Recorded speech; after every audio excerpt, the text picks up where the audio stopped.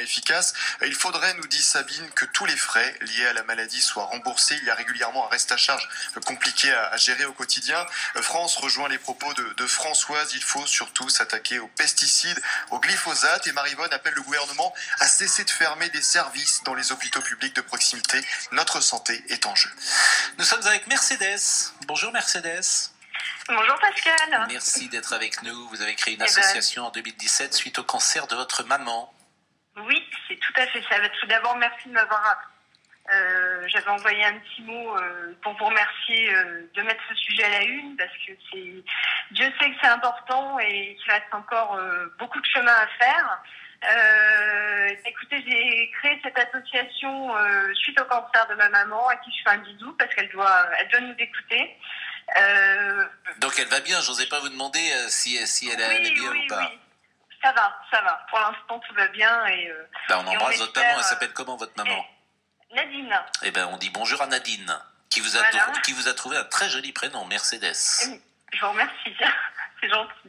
Et écoutez, pour parler un peu plus de l'association, en fait, je suis cavalière depuis mon plus jeune âge et c'est vrai qu'en grandissant, j'ai été sensibilisée au sujet et je me suis dit qu'associer notre discipline à cette cause était sans doute une très bonne idée et ça a été le cas puisqu'on a rencontré un franc succès et on a surtout reçu des témoignages qui nous ont fait dire qu'on avait fait le bon choix.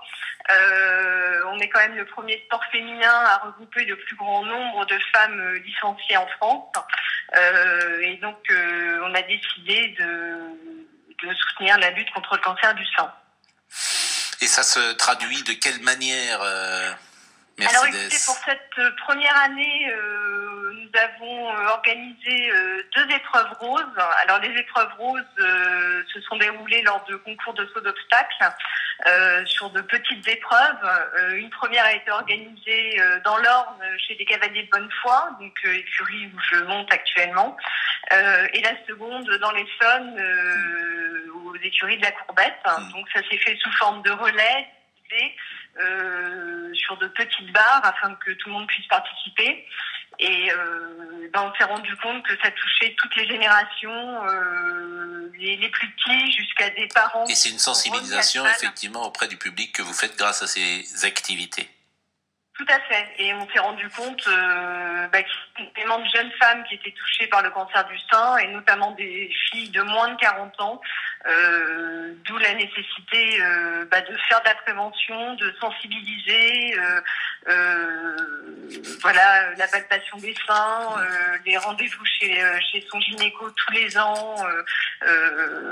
Il faut en parler, et nous, c'est ce qu'on essaie de faire à notre échelle, mais bon, on est convaincus que tout ce qu'on fait, c'est pas pour rien, et on avance. Eh ben, merci beaucoup Mercedes de ce témoignage, et bravo à vous pour votre engagement dans la vie associative, et effectivement de sensibiliser les uns et les autres, mais plus encore les unes en l'espèce avec le cancer du sein. Merci beaucoup Mercedes. Merci Pascal, et merci pour vos émissions. Pascal Praud, les auditeurs ont la parole sur RTL.